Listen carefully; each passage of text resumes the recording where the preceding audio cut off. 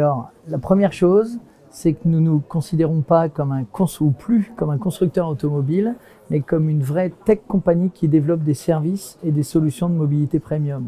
Donc ça veut dire que nos concurrents en termes de satisfaction client, en termes d'excellence client, ce ne sont pas que les autres constructeurs, ce sont l'ensemble des sociétés de services. Donc ça veut vraiment dire que nous devons aller chercher la perfection en termes de satisfaction client.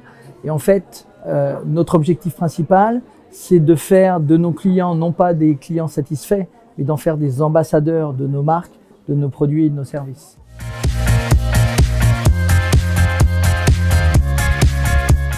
Alors pour BMW, être responsable en relation client, c'est de tenir nos promesses. C'est-à-dire, je vais prendre un exemple, et je crois que vous aimez les anecdotes, les exemples précis.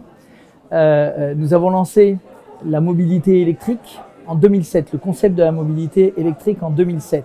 Donc c'est d'abord anticiper, ne pas attendre le dernier moment, mais le faire. Aujourd'hui, tout le monde parle de la mobilité électrique, mais nous, on a commencé il y a une quinzaine d'années déjà. Et ensuite, c'est de ne pas faire simplement une voiture électrique en prenant un châssis et en mettant des batteries dedans, mais c'est de créer une voiture ex nihilo, fabriquée avec des matériaux recyclables, avec des matériaux recyclés, dans une usine qui est autonome en termes énergétiques, via des éoliennes, qui fournit même de l'énergie dans le système énergétique allemand, en fait c'est à Leipzig, qui consomme 70% d'eau en moins par rapport à une usine traditionnelle, 50% d'énergie en moins par rapport à une usine traditionnelle. Donc c'est vraiment créer un écosystème 360 degrés responsable pour cette mobilité électrique. Et on va même plus loin puisque beaucoup de personnes parlent du recyclage des batteries des véhicules.